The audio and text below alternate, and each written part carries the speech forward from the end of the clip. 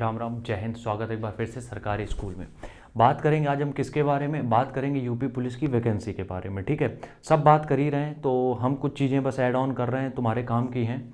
और एक चीज़ का ध्यान रखना, हम जो भी चीज़ें यहाँ समझाएंगे वो चीज़ें बहुत रेलेवेंट तरीके से समझाएंगे। हम यहाँ पे कुछ भी तुम्हें हवाई बातें बताने कभी नहीं आते और ना आएंगे कभी। ठीक है, हम वो चीज़ें बताएंगे जो तुम्हारे काम की हैं और तुम्हें थोड़ा सा मोटिवेट करके जाएंगे। लेकिन इतना ध्यान रखना, ये टॉपिक पे टिक क्लिक तभी किया करो जब तुम्हारे काम की चीज़ हो। हम इस टॉपिक पे मान लो हमने 100 वीडियो बना दी, अब तुम 100 वीडियो देखोगे तुम्हारा टाइम बर्बाद होगा। तुम्हारे काम की वीडियो नहीं है, मत देखो, कोई दिक्कत नहीं है। हमें सच में कोई प्रॉब्लम नहीं, मेरा तो काम है वीडियो बनाना यार। तो सबसे पहली बात हम यहाँ पे कर लेते हैं। सबसे पहले अपना एक्स्ट्रा दिमाग लगाना बंद करो।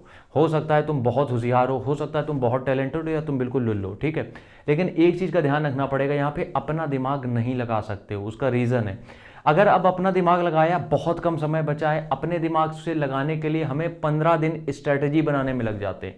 15 दिन हमें अपना टाइम टेबल बनाने में लग जाते हैं। तो तुम्हें किसी न किसी के ऊपर डिपेंड होना ही पड़ेगा। अब उसके पीछे हम रीज़न पहले भी दे चुके, फिर बता रहे हैं कि तुम अपनी तरफ से जो चीज़ें बनाओगे, सामने वाला तुम्हें थाली में परोस के दे रहा है, दोनों चीज़ों में अंतर है ना। तो अपनी स्ट्रेटजी, अपना टाइम टेबल मत खोपड़ी खाओ इसमें अपनी। तुम सीधे बस एक स्ट्रेटजी किसी की फॉलो करने लगो, बस, उसके अलावा कोई दूसरा चारा नहीं है। डिपेंड होना पड़ेगा, पढ़ाई के लिए नहीं, स्ट्रेटजी के लिए, किसी स्टूडेंट पे नहीं, मास्टर के ऊपर। समझना इसको डिटेल में। ठीक है, दूसरा है 30-40 दिन। जो लोगों को डर लग रहा है कि भैया 30-40 दिन में क्या होगा, कोई प्रॉब्लम नहीं है। सच बता रहे, कोई भी दिक्कत नहीं है। 30-40 दिन में तुम आराम से कर सकते हो। 30-40 दिन में तुम आराम से अपना सिलेबस क्रैक कर सकते हो। 30-40 दिन में तुम आराम से अपनी पूरी तैयारी कर सकते हो यूपी पुलिस की। डेट आगे बढ़ती है, डजंट मैटर। हमें यहाँ पे कंसीडर एक चीज करनी है कि हम ये सोच के चलेंगे 11 तारीख को पेपर है, 30 दिन अपने पास है, दैट्स इट। ये नहीं में खेलना है। ठीक है, अगली बात ये है कि टाइम कम है, लेकिन इतना भी सरल पेपर नहीं है कि तुम 3 घंटे पढ़ के निकाल लो। अब जो टाइम बचा है उसमें 8 से 10 घंटे कंटिन्यूसली डेली देने ही पड़ेंगे।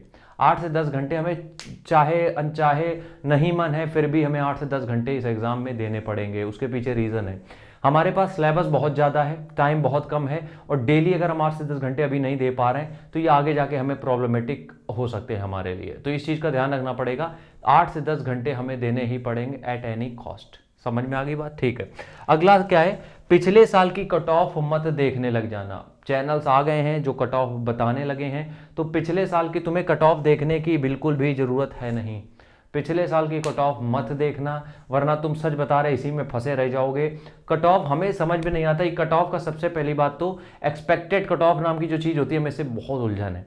क्यों उलझन है? ये लड़कों को, खासकर लड़कियों को भी, सबको इतना उलझा देता है ये कट ऑफ का मामला जो होता है, जिससे वो उसी में उलझे रह जाते हैं और वो स्ट्रेस में आ जाते हैं। अगर कुछ नंबर कम भी आते हैं, इतना स्ट्रेस में आ जाते हैं, पेपर में आके उनका एग्जाम क्वालिफाई हो जाता है। कट ऑफ वाला चैप्टर तो कंप्लीटली हटा दो अभी के लिए। आखिरी बात यह है, अभी ज़्यादा डरने की जरूरत है नहीं, ज़्यादा डरने का स्कोप अब नहीं बचा है। क्यों नहीं बचा है? क्योंकि टाइम नहीं है। डरोगे तो कुछ नहीं होगा। अब बस ये करना है कि हमारे सामने जो चीज़ें हैं उसको कंप्लीट करनी है, डे बाय डे एक शेड्यूल रखना है अपना, उस पर काम करना, दैट्स इट। उसके अलावा कुछ ध्यान देने की जरूरत अब है नहीं। समझ में आ गई बात? ये सिंपल सी 5 चीज़ें हैं। कुछ वीडियोस में हम आगे बताएंगे कि सिलेबस को कैसे टैकल कर सकते हो, जीएस को कैसे टैकल कर सकते हो, और टीचर्स को कैसे टैकल कर सकते हो, उसके बारे में बात करेंगे। राम राम, जय हिंद।